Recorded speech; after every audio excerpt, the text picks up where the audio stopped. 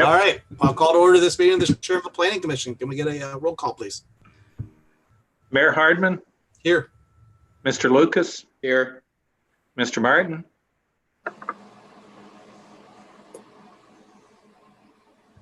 Mr. Martin, I did see earlier, it looked like he was there. Mr. Schutte Here. and Mr. Knight. Here. All right. Trying to find my agenda, but I think the next thing up is a approval of our June 10th, 2020 meeting minutes. Are there any additions or corrections to those minutes as printed and distributed? Seeing none, and without objection, they will be approved as printed and distributed. There is no old business, so I think, is it Sarah or? So looking at who is in attendance of the meeting, it does not look like Paul Mitchell is in attendance, which I was not sure if they were going to attend. I think they've withdrawn their variance request. Is that so, John? So last time I spoke to them, he never emailed me back, but yeah, at this point in time, they're not, I don't think they're going to be asking for a conditional use to put temporary trailers there. They're going to be exploring other options. So is there a motion to table this issue? So moved by, somebody want to move? Motion. Second by Mr. Knight. Any further discussion? All those in favor of tabling, say yes. Yes. All those opposed? That issue is tabled. All right. And before I hand over the presentation to Wendy for And large coat. I'll buy. Rob, mute your. Sorry, y'all. Go ahead, Sarah. Sorry. Before I turn over the presentation for Wendy to present the Sharonville 2030 Comprehensive Plan, I just wanted to let the board know that the City of Sharonville was granted a $10,000 award for a community development block grant to work directly with Hamilton County Planning and Development for in-kind design services. They will be helping us visualize 3 to 5 bike trail options. I have a video I can share with you guys of the Sharon Creek bike trail, as well as a route designs that the city was looking into. Currently, this is what Hamilton County has showed us of where they're looking at a bike trail. The solid red line and solid green line are ideas that were put together by staff from our office, and the dashed light blue and dashed yellow lines were ideas that Hamilton County put together. And then we also have ideas thrown in from the Mill Creek Collaborative, shown in the dashed yellow, which take in consideration a rail property that the Mill Creek Collaborative is looking at acquiring. So we can discuss that a little bit more in depth after Wendy does her presentation. I just wanted to quickly tell you that before I transfer the screen over to Wendy. Thank you, ma'am. Good. Okay. So Resolution 2001 in support of the Sharonville 2030 Comprehensive Plan and recommendation by Planning Commission for City Council approval is being brought again before Planning Commission. Throughout the last few months, the plan has gone through some design formatting. Close to final format, however, there may be some minor editing and graphic changes that may be added after this meeting before City Council. That is, if Planning Commission decides they are comfortable with the plan and they would like to proceed with City Council.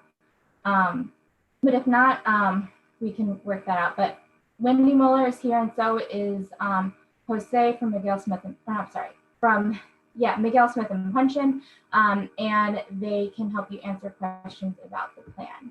I will find Wendy and try to share my screen with her so that she can give you a formal presentation.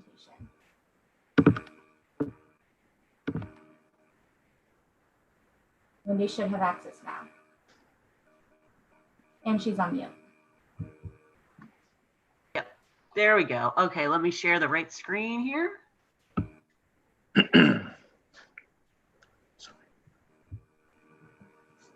Hi, everybody. I know that we have been in front of you before all the pandemic had us all quarantined at home. But we're back, and I wanted to give everybody probably a little bit more extensive background on some of the process parts of this, and what the comprehensive plan is and what it's not, as well as I have the newly formatted. We spent some time creating a little bit more attractive document, if you could put it that way, to showcase the plan. So I can share that as well if you've not had a chance to look at it online. But I wanted to start with what is the Sharonville 2030 Comprehensive Plan. And it's really the kind of umbrella document for the community that sets out the vision for the physical development of Sharonville, based on, in large part, the input from a number of residents, business owners, employees, and various community stakeholders who are involved in this. The Planning Commission is probably most familiar with comprehensive planning in that, you'll often use it, hopefully, for a lot of your decisions when it comes to zoning and those types of decisions. And, we're using it to inform some of the update as well. But it's supposed to be used by pretty much every board, and in looking at things for capital investments and funding of projects. And you'll see as we go through the presentation that there's a lot of implementation strategies that are unrelated to zoning. And that is very common in a comprehensive plan. What it's not is, it's not the zoning. The adoption of this will not change the zoning districts or what people can do with their properties. It's just more of an advisory document. Also, it's separate from other planning efforts that have been going on recently or in the past. So things like the Downtown Loop Streetscape Plan, this is entirely different. This is the broader document that kind of oversees everything. It doesn't necessarily also put an end to previous planning efforts. We talk about the Northern Lights District Master Plan as part of this, but it doesn't put an end to it. That plan is still in place. This just summarizes it. The one thing that is probably the key thing here is the current comprehensive plan you have is from 1984 or 85. When the city goes for the grants that you've been getting recently, a lot of organizations like ODOT and OKI, Regional Council of Governments, look to see if you have a comprehensive plan. And if you don't, you become lower on the list for funding. So having a plan, that looks out to the future really helps you get higher on the list for funding opportunities for a lot of capital investments, particularly in connectivity, which was a big issue with the plan. So this is one of the things we made sure was to show the connections to OKI, because that is a source of a lot of funding for the city. OKI has two major components, one of which is the elements of an effective local comprehensive plan and the strategic regional policy plan. And we have a kind of a little logo here that shows how the various elements of the current or draft of the plan fit into that. And basically, while we don't structure it exactly like the OKI does, we hit on every bit of those elements. So I said that it was based on public input, and so here's some pictures. Many of you were involved in this, but we really wanted this to be a community-supported plan. So from the beginning of last year, or a little bit earlier with the Christmas Walk in 2018, we started pumping out information about this planning effort. We had a number of public meetings that were all interactive. It wasn't us just telling people what to do. It was them telling us what their big ideas were. We had a steering committee that was great. They met, pretty regularly throughout the process and did a lot of the more detailed work, such as helping us start the priorities and think about that. We did a couple of online surveys, and we had a project website that will still be operational for a while as we update the zoning code. All of this feedback was then used to drive the creation of the plan, the planning themes, and a lot of the action strategies. And I wanted to, well, this is you don't have to go through this, but this was a summary that Sarah put together of all the different public meetings we had, as well as the attendance. So we really almost every month or every other month had some input as part of this planning process. I wanted to actually, this is in the plan, it's in the appendix. This is one of the first maps we generated for the comprehensive plan.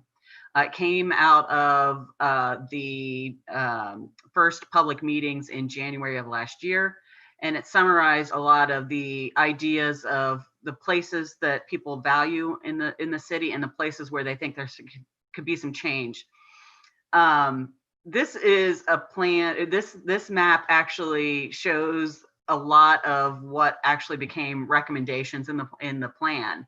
So you can see from the beginning of last year, we pretty much have stuck to a lot of these recommendations, like connections to Sharon Wood, improvements in downtown, connections to the Princeton Village and Northern Lights, a lot of connectivity recommendations. So it was ideas like this that really generated some of our thoughts on where we needed to have some improvements that were accommodated in the plan. So all of that, what we did is we kind of organized things into 5 major planning themes. You see them here. The 5th one, I will say, is kind of the vision for the key areas and places in the city. As part of this process and part of our scope of work, we were going to develop some special recommendations for the Sharon Road Gateway and the Lebanon Road corridor. But as we got into the planning process, a lot of people wanted to talk more about downtown, even though there is a downtown master plan already. They wanted to talk about some more concepts that went above and beyond that. And so we kind of added that as another special focus area. And then the Northern Lights District, we wanted to recognize it in the comprehensive plan. We didn't go in and wanted to redo the master plan, but we tried to incorporate some of the recommendations just to showcase that that is a key area in the city. So I'm going to go through each of these themes and kind of highlight some of the elements of what makes that theme important, as well as kind of what I said is a sampling of the strategies within each of these to just really let you know how this plan works. So the first theme is pursuing responsible community development. And here is where the land use plan sits. And you can see we have a kind of a little bit not traditional land use plan. We have areas of parks, obviously. You can see a lot of the industrial areas is split into 2, either general industrial or commerce and light industrial, where the general industrial is like the biggest range of industrial. The commerce and light industrial is really intended to be more job focused and more intense uses in it rather than bigger warehousing type things. We have the Northern Lights Entertainment and Hospitality District, and that really directs people to the recommendations out of the master plan. We have the downtown loop mixed use. A couple of key areas we had that were areas that could potentially transition in the future, but we weren't sure when or how, was a residential transitional areas. And I want to keep pointing to my computer, and I know you can't see that, but the kind of yellow stars on there are small neighborhoods in the city that we want to see maintained as residential neighborhoods, unless in the future, somebody was able to kind of consolidate all of the area for redevelopment. So we're not trying to say these neighborhoods should go away, but if they do, they could be potentially used for some alternative uses, and particularly, for the areas around downtown, they could be extensions of the downtown mixed use. We also have a Gateway Commercial mixed use transitional up near Reed Hartman. And that is a part of the Hamilton County Parks land that is not quite sure what the ultimate use is going to be. If it's going to be used for parks, that's great. If it were ever, and I know there are challenges to the site, if it were ever to free up for development, that would be kind of an extension of the Gateway Commercial development. So those are the 2 kind of uses that are longer term, just preparing for options. So when it comes to the implementation strategies, I'm not trying to go through every one. We've got about 40 to 50 implementation strategies. They're all prioritized, but we have some within each theme. I just thought I'd kind of showcase a few of them. I'm not going to talk through all of them. But with the pursuing responsible community development, the main ones here, and these are actually all the ones under this, is pursuing flood mitigation efforts within the downtown loop, as well as establishing a priority list of floodplain and stormwater across the entire city. Updating the City of Sharonville zoning ordinance is already underway. We are, actually I was using the time before the meeting to summarize the survey we did while everybody was at home. So we should have that out to you in short order to see what everybody said. And also one of the last action strategies that came into play was evaluating options for rental housing inspection, or at least maybe a more robust property maintenance review and assistant programs, just to maintain the housing stock that you have. The second theme is capitalizing on economic momentum. One of the things that Sharonville has is a lot of jobs, and this is an image we have in the plan that shows in 2017, which is the most recent year we have information on it, almost 27,000 people come to work in the city every day, whereas about 5,500 residents leave the city to work, and about 550 work within the city. But that just showcases the amount of economic activity you've gotten on with so many people coming in. So we want to make sure that that continues. And we had a meeting, Beers, Bites, and Big Ideas, where we invited business owners, employees in the chamber to come together and give us their thoughts on it. And they had a lot of great ideas. And, one of them is the land bank. Another one was that the hotels brought up was, an informational pamphlet on local amenities. So when somebody visits the hotels, they know where the parks are in Sharonville, because what they told us is right now they're directing them to parks in Glendale. So showcasing some of the things that are available within the city and doing those type of things. A lot of people love the programming and events in the city, and they want to see more of those things to bring people together. So those are some of the things. I think people are really happy with how things are going, and they just want to see that kind of continue. Theme 3, and these are not in order of priority, but improve connectivity. This is one of the hottest topics. A lot of people want to be able to walk to different places and bike to different places in the city. It's pretty easy, other than the railroad blockages, to get across the community. So there wasn't a lot of we need more roads or better roads. It was we want to be able to bike and we want to be able to walk to different places. But the connectivity aspect was really, really important. So that if you look at the transportation plan, which is laid out here, you can see a lot of these improvements that will help really enhance that. A sampling of the implementation strategy, and there is a lot more in the plan on the connectivity, but some of the ones, for example, really we kept hearing about wanting to get from to Sharon Woods from Cornell and Kemper a lot. I mean, consistently throughout this process. A lot of shared use and connections between Northern Lights and downtown. Creating some better pedestrian safety along Lebanon Road. And then just one of them, but both of the railroad crossings, working with OKI to study the feasibility of the construction of railroad overpasses. We understand that is a long-term project, well beyond 2030.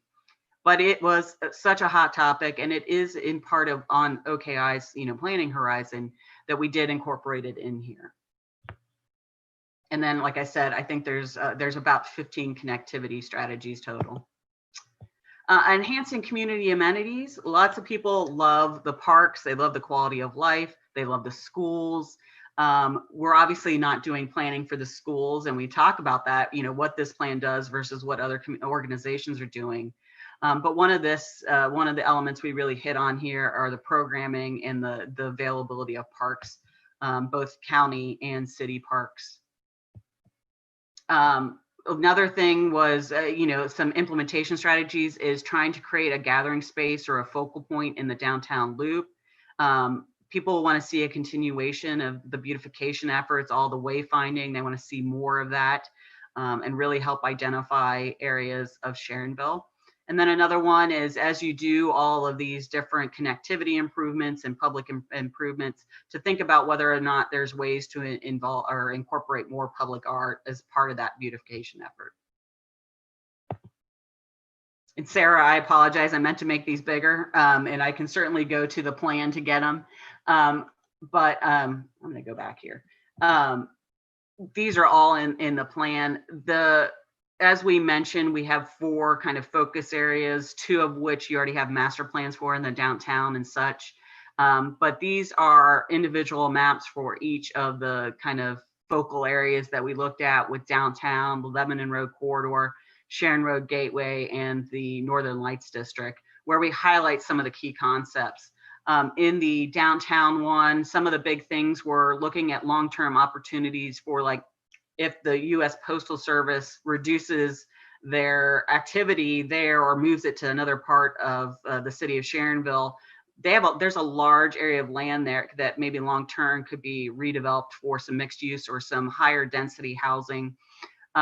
There's a longer term opportunity for looking at road diets and how to restructure traffic flow. While people did continue to bring up the 2-way versus the 1-way, this plan supports what we heard was pretty consistently support for maintaining the current road direction, but there's still ways to make some improvements for traffic flow. So again, these maps kind of really try to focus in on what recommendations are for each of these areas. And then we again have a lot of strategies for these. The downtown loop streetscape improvement plans, you've got kind of the initial plans for that, implementing it. Implementing a smart traffic system that connects traffic signaling to railroad blockages. So before we get to having an overpass, maybe there's a quicker solution of text or signage that would tell people, hey, there's a railroad blockage. If you go left, it's, you know, a different alternative way, and it'll get you there faster. Working with the Great Parks of Hamilton County to realign the entrance to Sharon Woods so that they can have that shared access at a traffic signal. It's a low-hanging fruit kind of thing, but it really did come up several times. And then developing stronger land use and design regulations for downtown to make sure that we're really keeping that mixed use type of feel and that downtown type of feel. And then the big piece and important piece of any comprehensive plan is implementation. We did not try to do a list of 300 things the city should do over the next 10 years. It just, you know, that doesn't happen with the resources. I don't care how big a city you are. We also, you know, do have probably more than can be accomplished, but some of that is the projects were important enough to put them on the priority list. Others are, a lot of things will depend on funding, and if some funding becomes available that we weren't anticipating, there, at least it's already on the quote unquote on the books, so that the city can look at it and say, hey, we can move that up now. So what we did is we took all of the strategies and ideas from the public input. We really worked with the steering committee and figured out if there was anything that was missing that was important and would help support those planning themes. And then we kind of took a little bit of a realistic, you know, glance at things to make sure that, you know, we weren't proposing something that was never going to happen. And then we spent a lot of time with staff and with the steering committee trying to prioritize them. And you can see here are our different priorities. We have projects that are currently underway. So for example, the Sharonville zoning ordinance update is underway. We have continuous effort projects. Those are things that you don't have a start and finish. So, you know, enhanced property maintenance things, that's a project that is not time limited. So you continue to do those. Short-term critical, we have 3 of those. They are the hot topics. They are the things that we really need to focus on first, because they're critical to a lot of people, and they're hot topics on people's minds. We have short-term immediate, which are a larger group of action strategies that are kind of behind that. And then finally, the long-term. And the hope is, you know, that you could finish everything by 2030. The reality is, like I said, some things may not get done, but at least they are on the radar. Other things will possibly be evaluated later. So there's a process in the plan that talks about how does the city kind of keep an eye on this plan. And every year we recommend that council and planning commission take a look at this and say, what have we done? What can we say, what can we say we successfully completed on this? Are the priorities still good? Did we get funding? Do we have less resources? Can we do this? So there may be, in the next year or two, some changes in priorities, and that's okay. That's the important part of evaluating these plans regularly. And then I just wanted to show you a screen grab of kind of the top priorities. So the top 3 you see there, those were the short-term critical, the ones that were the most important to really start working on, and that was creating the Sharonville Land Bank, establishing a pedestrian connections to Sharon Woods along Cornell Road, and then implementing the smart traffic system that connects traffic signaling to railroad stoppages. If you look in the plan itself, you'll see a much larger table that has all about, I think it's 50 strategies and their various priorities. And so with that, I'm actually going to stop sharing the PowerPoint, and I can actually share the let's see where it is.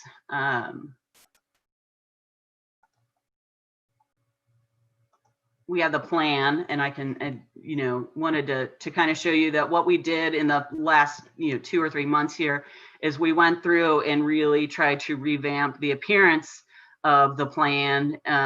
We'd always wanted to do this, but we were focused on getting the narrative done first. But we wanted to leave the city with something that was more of a showpiece so that they can use this almost as a marketing tool. As Sarah said, there's probably a few things we're going to be tweaking a little bit more. I already have a list of graphics to replace. We aren't talking about substantive changes. It's really just the graphics.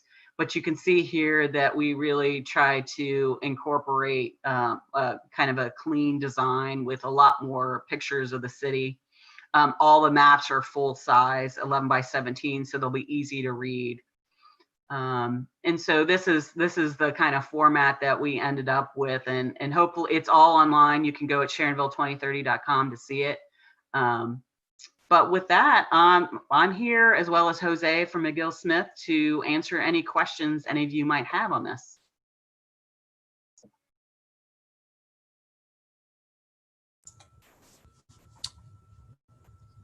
Yeah, Any one questions? concern, I'm sorry. Go ahead, Bill. I'm hearing the Kemper Road sidewalks. I don't hear a lot of chatter from the residents up there. Is it the state specs that we're requiring a 10-foot wide sidewalk? Is that correct? That's bizarre. That was the requirement to obtain the funding.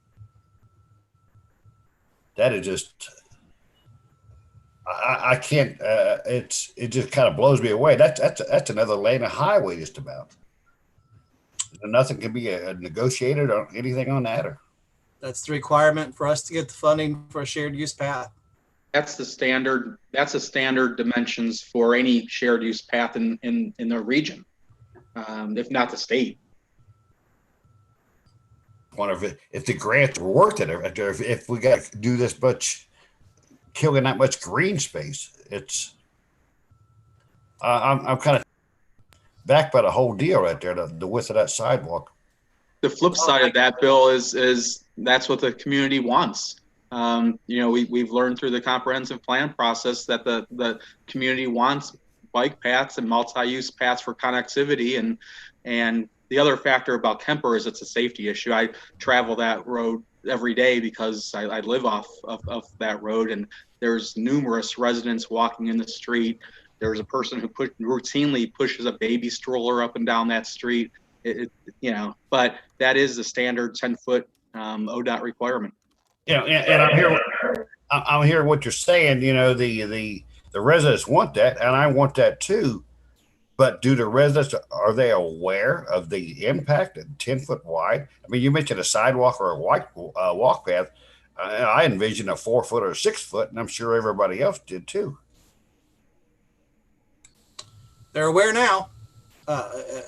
I mean, that's what we're going through the process of property acquisition. So they're aware, and some don't like it.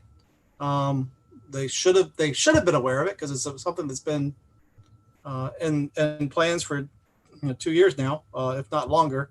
And I know that it's been regularly spoken about. But so that's why you're hearing the chatter, is because there are a few residents that live along there that don't want it. And I think the majority of them do. And what we've seen from the residents is they want better connectivity of the city. And what we also want is to provide safe access to different parts of the city. So we looked at, when we had the 10 feet thing, I will say that we did look at, is there a way, do we walk away from the funding? Is it cheaper for us to walk away from the funding and do this with a smaller, more walk path as opposed to a multi-use path? And that was not feasible. It just wasn't economically feasible to do that and walk away from the grant. And that's where it's at. But I think I don't want to get us too far. Bill, I'd be happy to have a longer conversation with you at any time you want with regard to that Kemper sidewalk, but that kind of gets us a little bit beyond the discussion of the plan. I think I agree with you. That would be a conversation outside of this meeting right in here, and I would love to have that with you. Yeah, anytime. Call me. Other comments on the plan, Jim? I guess my only question is, the priorities were priorities prior to the COVID impact to, the city's revenues. And, it's nice to say, for instance, that the land bank is our number one priority. I'm not sure from my perspective, it ever was, that important of a priority to be classified as one of the most important. But, given the COVID impacts to our revenues, I can't see that being a priority in the in the short term, if not even longer. And is it worth our time to prioritize given the realities of today? Well, and obviously this is your plan, and I am not making arguments one way or another on that particular one. I will say that I think part of the consideration when we were looking at, again, any of these could be reprioritized, but I think one of the things we were trying to keep in mind was, when we were talking short term, what were some that would be not necessarily low-hanging fruit, but reasonably able to be achieved within that, first 5 years of it. Obviously, working with OKI to fund an overpass study wasn't going to happen, in the very, very short term. So I think that was part of it. And from the standpoint of the land bank and the other ones that we talked about, that's probably one of the easier ones to at least formulate. It's not saying you actually have to do anything or purchase anything at the point. That actually, using the land bank is further down on the priorities. Yeah, and Wendy, correct me if I'm wrong, that's kind of how I read it too, was there's apparently, there's something we need to actually do to create an opportunity for the CIC to do that. Right.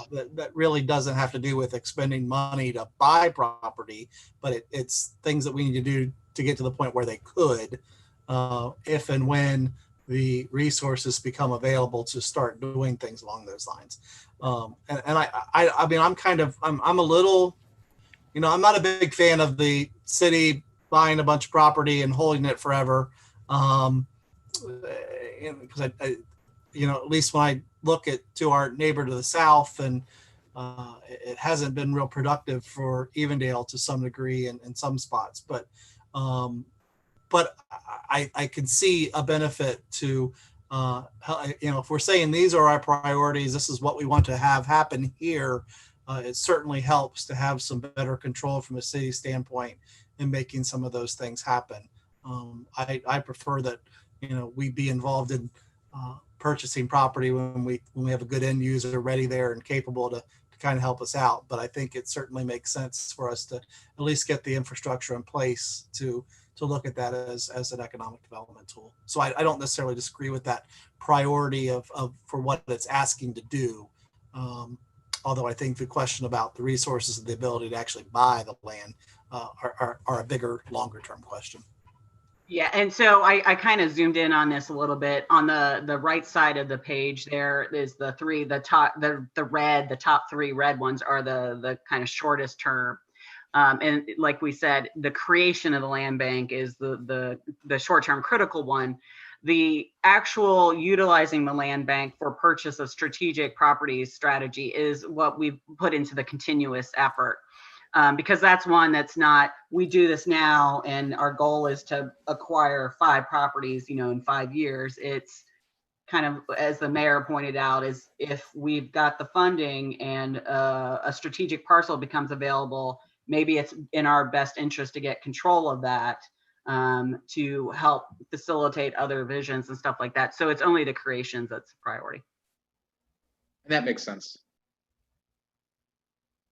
I think we, my opinion on it is we don't know what's going to happen, and economy up and down and whatnot, but there are always buying opportunities when you're looking at land as well in any economy like that. So we just would want to be ready when the right opportunity came along.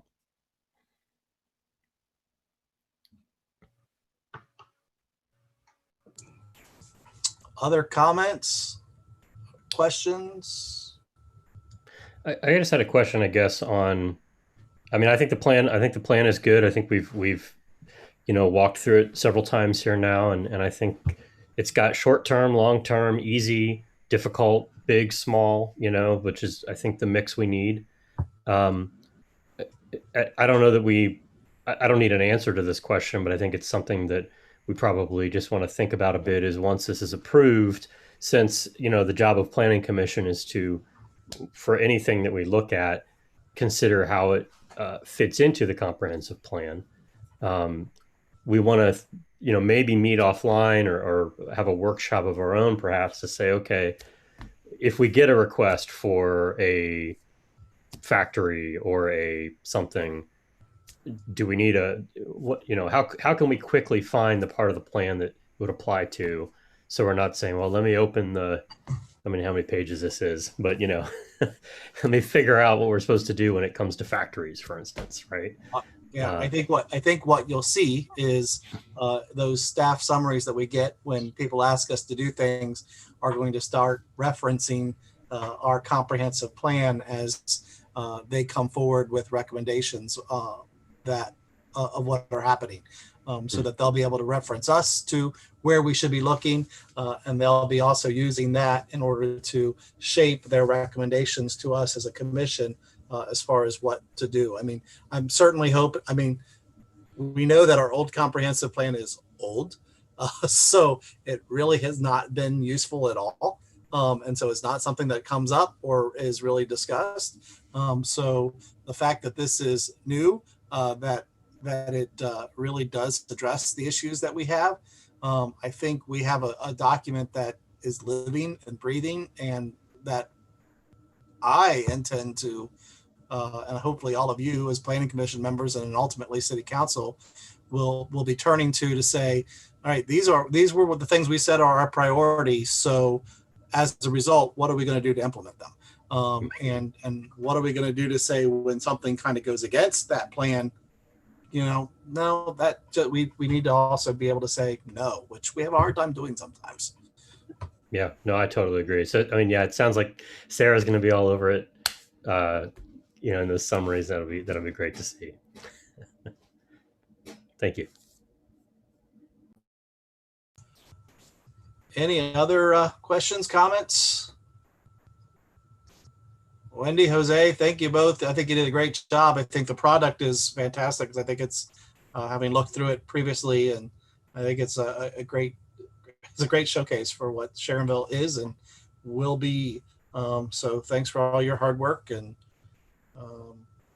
if there aren't any other questions or comments, I'll entertain a motion to approve it's resolution 20 what, Sarah?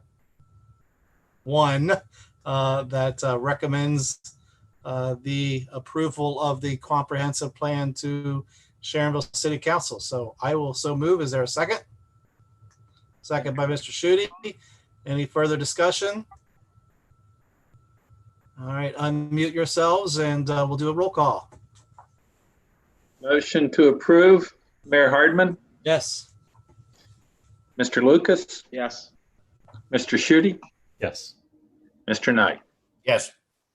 Thank you. All right. Thank you both very much. And if you disappear from our screens at whatever late time it is, we will not at all be offended. Thank you, Wendy. Thanks, Jose. Thanks. Have a good All night. right. Back to you, Sarah. I think we were going back to the other item.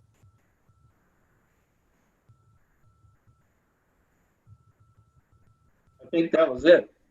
No, yeah, sorry, I'm back. I had myself on mute. I was trying to get back to the share screen. If the planning commission would like to discuss the bike trail, we can discuss any suggestions for the bike trail. We do plan on continuously bringing up plan updates to planning commission because there is a 6-month timeline. I know Sam emailed me with some ideas if he might want to share it with the board or planning commission. If not, the board or planning commission can give some additional ideas. But these are the trail options we're kind of looking at. And the red line looks like it shifted, but it's supposed to follow Creek Road to Gower Park Creek, Gower Park, the community center and library area. Sarah, has there been any problem trying to work with the park district on some of these routes and routes? So we just started the project with Hamilton County. We've only met with Hamilton County once. When we applied for the grant, we did speak with Great Parks about our grant proposal, and they did sign off as one of our supporters for the application. So they are on board to discuss with us the option of a bike trail. The Parks District is also very much involved with the Sharon Creek bike trail option that is being put forward. Sorry about that. That is being put forward by the Mill Creek Collaborative. I don't know if you can see, there's like a shadow, or there's like a yellow box area right here. And it kind of goes along with a longer railroad property. The Mill Creek Collaborative is trying to acquire that property in collaboration with the city of Evendale, Hamilton County, Great Parks, various entities, not necessarily knowing who would own the property, but just with the greater idea of creating a bike trail, as shown in the yellow line along the creek, all the way into Sharon Woods. And then you can see the red line and the green line are other options to go through residential areas and potentially enter Sharon Woods through Burke Avenue.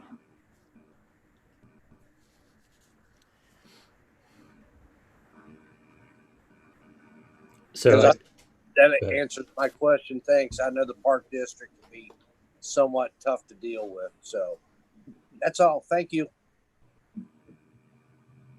so just a couple points of feedback or thoughts or ideas.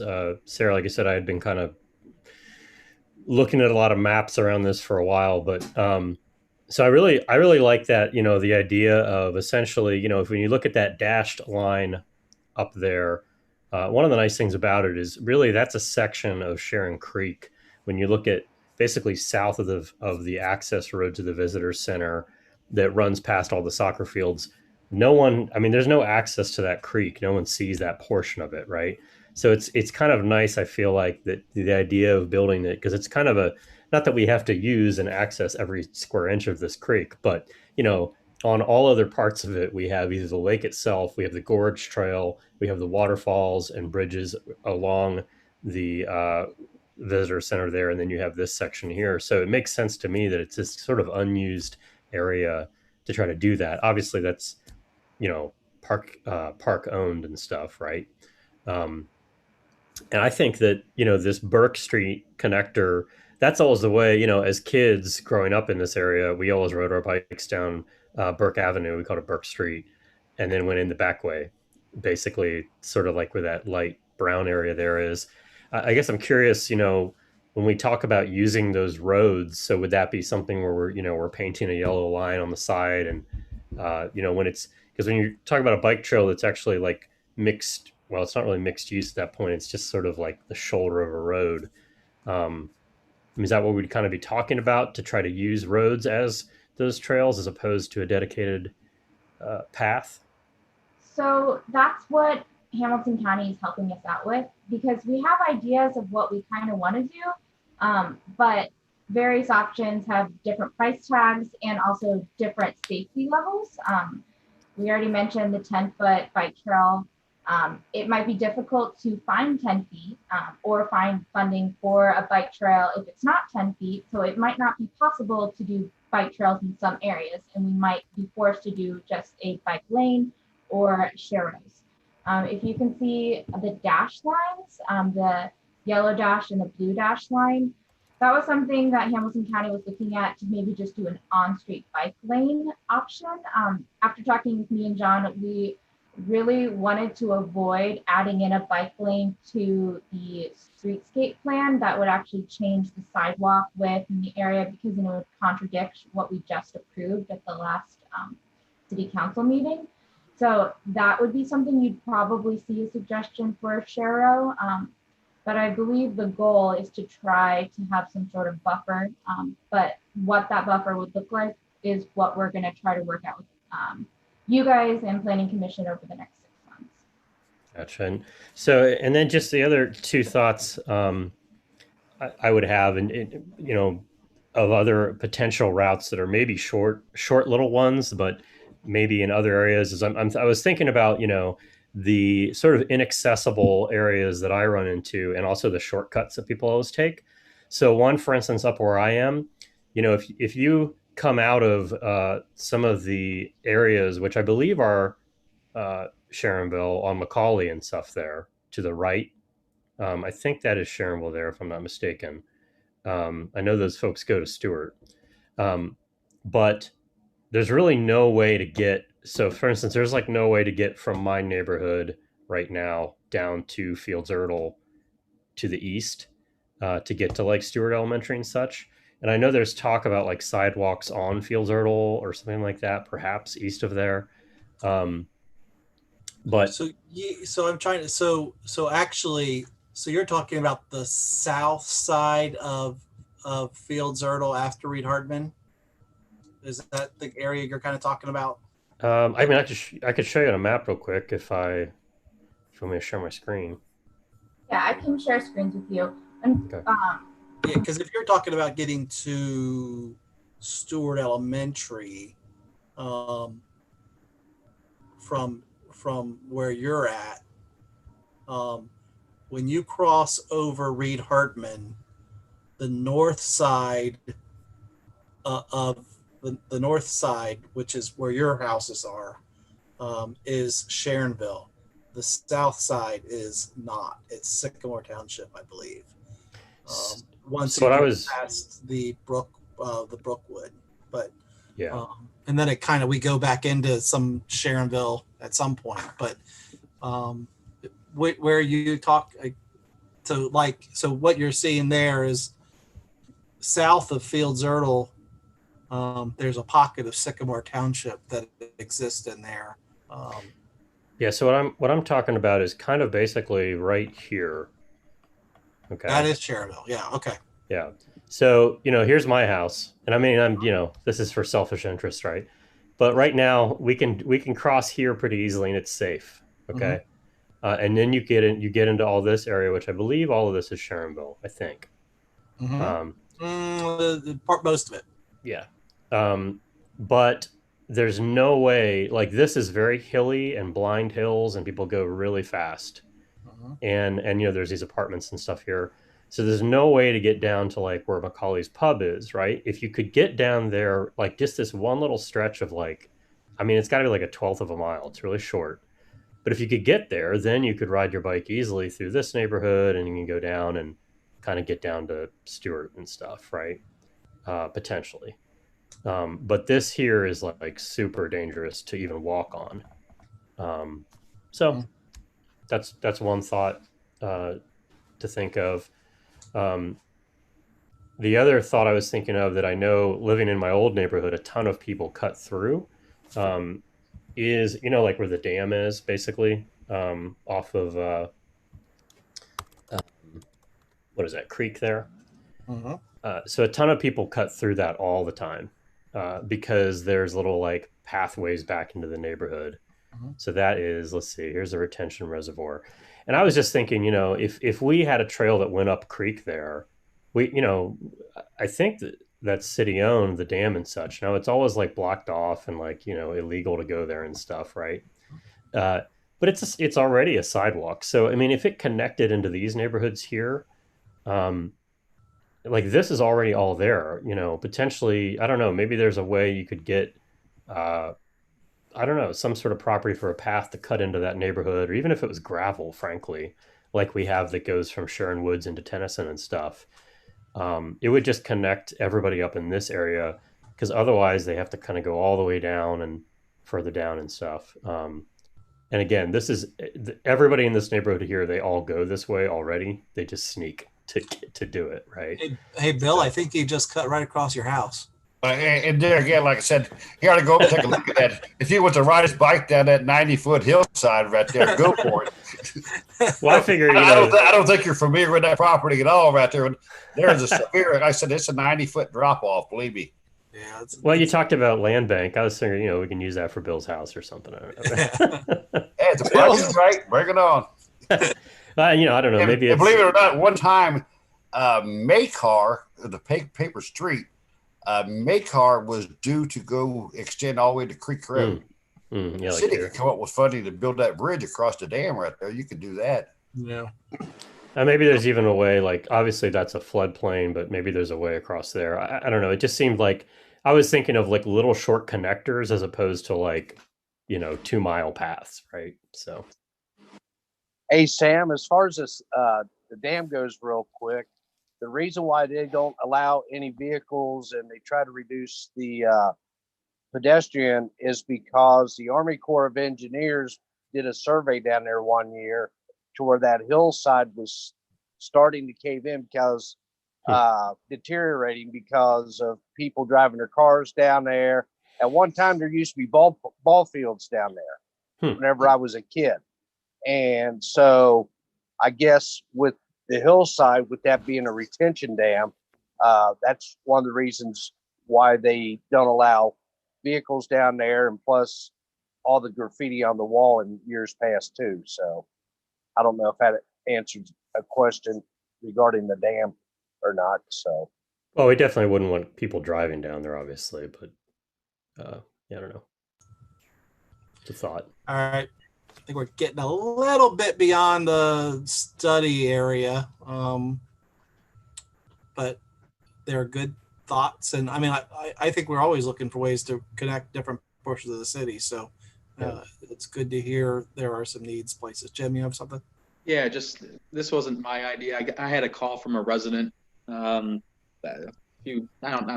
last week or so, and since we're talking about connectivity and needing to put things in for OKI purposes, his thought was a sidewalk or bike path on Lippelman as you go toward Kemper to get to all the retail on Kemper.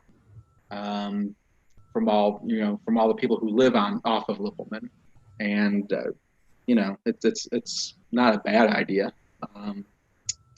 There wouldn't be any harm in adding that to the plan in case we ever did pursue OKI funding. there actually was a bike path there whenever apartments were there, Jim. There was what? There was actually like a bike path, walk path. Whenever the apartments were there, I used to live over there before it became parking lot. But at one time, there was an actual path for walking and bicycles, which would be on the north side of Lippelman, because it came in effect just past the Glendale border there on Lippelman and went all the way down to Kemper. Well, that's what he's asking about for us to reconstruct. Not so much toward Glendale, but toward Kemper. It started at the Glendale border and went all the way down to Kemper, but it was marked off on the asphalt roadway too. So years ago. All right. Any other questions or comments? All right, Sarah, thank you very much. Are there any other matters to bring before Planning Commission tonight? Thank you all for hanging in there. We're gonna have to have a little I have one. I have Yeah, one. go ahead, Bill. Sorry. I think tonight is a good example. We need to reconsider the starting time of planning commission because the half hour for BZA just not working. We need to figure something out. And Jim and I talked briefly that something might be switching BZA and Planning Commission because our That would- meetings that would tend be to be a the little best more move forward. streamlined and than theirs do. But we will certainly think about it. I mean, again, I don't. We'll have to look at how many we've. Tonight was unusual. Right. Although we certainly have had a few meetings that haven't started on time, but I don't want to go back to starting at 8 o'clock at night when the vast majority of our meetings are starting between 7 and 7:30. So, but we will certainly. It's certainly something we need to think about because we should. Yeah, I mean, waiting for an hour and 50 minutes is not conducive to you or the folks that are coming to our meeting. So. Kevin, do you That's guys the biggest concern. go ahead, Bill? I'm sorry. That is the biggest concern. The people that come into the meetings right there, Right. they're sitting there for an hour. You know, they've already waited probably a couple weeks to get their case heard, and now they've got to wait some more. You know, it's just not fair to those people. Agreed. I agree. Quick All right. question: Are we going to have next month's meeting in council chambers?